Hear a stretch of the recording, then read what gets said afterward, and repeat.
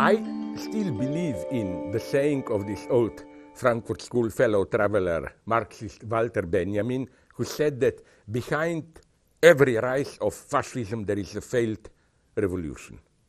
I think that even if we strategically, I'm not sure about it, accept this term Islamofascism for Islamic fundamentalists, this is the so-called Islamic Muslim fundamentalism is strictly correlative with the disintegration of secular Islamic left, which was pretty strong in the 50s, 60s, and so on, but then began to disintegrate. So I think we shouldn't be too fascinated with this phenomena. We should rather ask what happened with the left. I think these phenomena of right-wing populism are strictly the obverse of something that did not happen. They didn't just happen. They happened because something else didn't happen, because the left didn't provide a proper answer. And that's, for me, the true tragedy today. On the one hand, we are entering a period, and we are already in this period for almost 10 years, where rage, discontent are exploding everywhere, even in our Western countries. Occupy Wall Street in Europe, Podemos, demonstrations in France, Greece, and so on. On the other hand, it is as if the left, even if it succeeds in, sometimes, not always, in recapturing the energy of this rage, cannot really offer a new political model that would be not only seductive enough to mobilize millions of people, but even in itself, it doesn't have enough consistency. What I'm saying is this. In Europe, we didn't yet fully accept the fact that the 20th century is over. By this, I mean the following. The 20th century left, which had basically three strands, orientations. Stalinist communism, that's over. Not only it's over, in a beautiful irony, where ex-communists are still in power, they are mostly the most efficient agents of the most ruthless neoliberal global capitalism. You know, I mean, if you want to be a successful capitalist today, don't go to Western Europe. Go to China, where, as every Chinese will tell you, the main function almost of the Communist Party is to prevent the formation of an independent working movement, trade unions, to keep workers under control. Vietnam, the same story, and so on. So, old Stalinism no longer operative. Unfortunately, because of the changed economic situation and so on, also we don't have new social democracy. Social democracy, in the sense of the old welfare state, it simply belongs to another era. It would have to be radically reinvented. It didn't happen, which is why, unfortunately, some, even right-wing analysts, who claim that social democracy, where it still exists, is today the greatest conservative force, in a way, tragically, they are right. Because almost all the struggles of social democracy today is to keep the old rights, you know, no, they will not take from us, I don't know, health insurance or whatever, like to stick to the rights which were gained 30, 40 years ago. Now, of course, I absolutely sympathize with it. But so many things are happening. Can you even imagine how our lives at all levels were revolutionized through digitalization, through new forms of science, new forms of liberal capitalism? I don't think that a simple return to old social democratic welfare state can work. Then we have a third orientation, subterranean one, which still is popular among some people, this idea of rejecting big state representation mechanism, political parties, state power, and to opt for local democracy, transparent local communities managing their affairs. I also think that we have to drop this last dream. It doesn't work. It's good when it happens, but if nothing else, today's problems are global problems in a much more radical sense. Think about what is happening with capitalism. I know works which are now popular, at least in Europe, Jeremiah Rifkin, Paul Mason, this idea, which I find wonderfully attractive, although I think they simplify things a little bit too much, namely that what is happening today with digitalization, biogenetics, and so on, is almost a new beautiful example of the most orthodox Marxism, you know, when they say with the development of productive forces, a new situation emerges where old relations of production no longer can cope with. Isn't this happening today? Everybody knows. Even how is that guy called from Tesla, boss, Elon Musk or what? He said recently, private property will no longer work. We will have to introduce some kind of citizens' general income, plus government will have to pay for it. So everybody knows that, at least the way we know it, the model of capitalism, is reaching its limits. On the one hand, with so-called cooperative commons, free circulation, and so on, it's over. The market economy is approaching its limit. Of course, there are attempts, even very successful, to re-privatize, took over again these commons. For example, internet, ideal place of commons, we all communicate and so on. But, you know, you have Facebook controlling private communication. If you want to buy books and so on, all this, it's controlled intellectual exchanges by Amazon.com, just name them, software controlled by Microsoft and so on. But nonetheless, it's clear that capitalism is approaching a limit. Okay, but I don't believe in this simplistic answer where they say, oh, this is this self-organization without central power and so on and so on.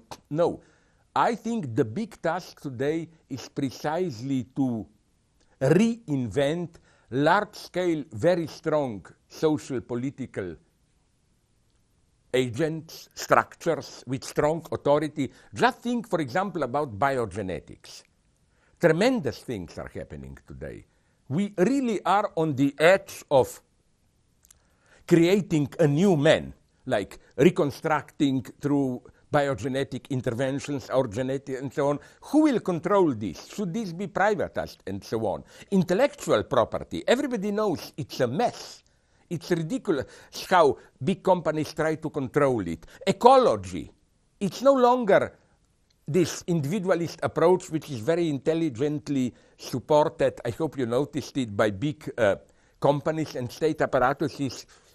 The way to divest us or redirect us from really approaching the big problems by addressing us as individuals, responsible as individuals, like, let's say, simplified situation, you criticize big companies for polluting environment, and a typical ideologist today would tell you, but what did you do? Who are you to criticize it? Did you recycle all your Coke cans? Did you put all newspaper aside? And so on and so on. And this works wonderfully. It redirects your attention to yourself, and then it makes you feel guilty. At the same time, it offers you an easy way out. Redirect, buy organic food and so on, and you can go on living the way you are. So, back to the main point so that I don't lose myself. It's clear that we are approaching at different levels a critical moment.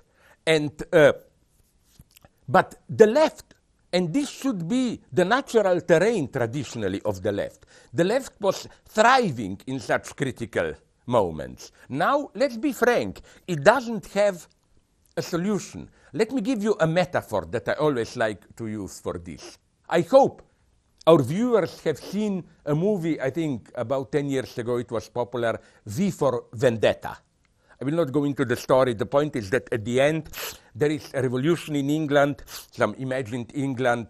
The crowd breaks through the police barrier, penetrates the British Parliament, the people take over, and the end of the film. My idea is that, sorry for this vulgar expression, but it expresses precisely how I feel. I would like to see, I would sell my mother into slavery, to see a movie called V for Vendetta Part 2. Okay, guys, people took over. What would they have done a day later? How would they reorganize the power? The same state, how would they restructure the power? This gap become like you could have touched it. It became so obvious with Syriza government. Big populist gesture, they want referendum. No. A day later, as you know, literally almost a day later, they capitulated. They made a deal with European Union. Now, for me, it's too easy to criticize them, traitors, they betrayed it. What could they have done? Give me, except from these empty phrases of we need more true democracy, people's voice should be heard. What does this mean? This is nonsense. Here I disagree softly with my otherwise good friend, I admire him, Yanis Varoufakis, with his idea of democratize Europe. I always am telling him, let's take these two cases, Syriza, how they were dealt with European Union, I mean the Greek state, and immigrants. But if European Union were to be more transparent in the sense of democratically controlled, but in the simple sense of more acting in accordance to the will of the majority, refugees would have been treated in a much worse way. A big majority today in Europe of people, I wouldn't say how big majority, but clearly a majority, are against any new immigrants and so on. In this sense, I write this about in the book how this was a very simple but efficient right-wing criticism of Angela Merkel. Where is her sense of democracy? She invited 1 million immigrants to enter Germany. Who legitimized her in doing this? I am on her side, but in a very precise sense. I think we should take this very painful lesson. The majority is not automatically right. Now, I'm not saying there should be a communist party which is always right. I'm just saying that a certain dose of healthy mistrust of not democracy as such, but will of the majority is for me totally legitimate. People quite often are not right. And I think Angela Merkel did something that great politicians do. You enforce a measure knowing that the majority is against it, hoping that if you have enough time to enforce this measure, retroactively through its success, it will become acceptable to the majority. But you have to take the risk. So, back to my big problem. I think that the ultimate cause of all this populism and so on is the simple fact that we live in an era of great dissatisfaction, rage, and so on, but the left doesn't have a model. It's all empty phrases. People should decide more, true democracy, blah, blah, blah. But what does it mean? Like, what to do, how to reorganize the state? Because the big problem is this one, of course. It's still the old Fukuyama problem, I claim. You know, Francis Fukuyama, half forgotten today, and I don't agree with him. But he was onto something. In what sense? Even today, the majority of the politicians, even the leftists, are Fukuyamaists. In what sense? They think that liberal democratic capitalism is the ultimate form. And all we can do is to render it better, you know, more health service, more tolerance, whatever you want, more welfare. But the basic model is accepted. No one is asking the questions that people were asking 40, 50 years ago. Like, is capitalism the ultimate answer? Can we imagine social organization beyond state, and so on and so on? So that's, for me, the big problem. Is this, let's call it, enlightened social democratic Fukuyamaism, like what Tony Blair stood for in United Kingdom? Is this enough, or is something more radical needed. I think it is, not that I believe in any communist revolution or whatever, but simply I think that the problems we are facing cannot be resolved at this level. So, that's my set prediction. Either a new form of the left will be reinvented, or what? Or, here is my simple but I love it answer, or look at Hollywood. I always trust Hollywood.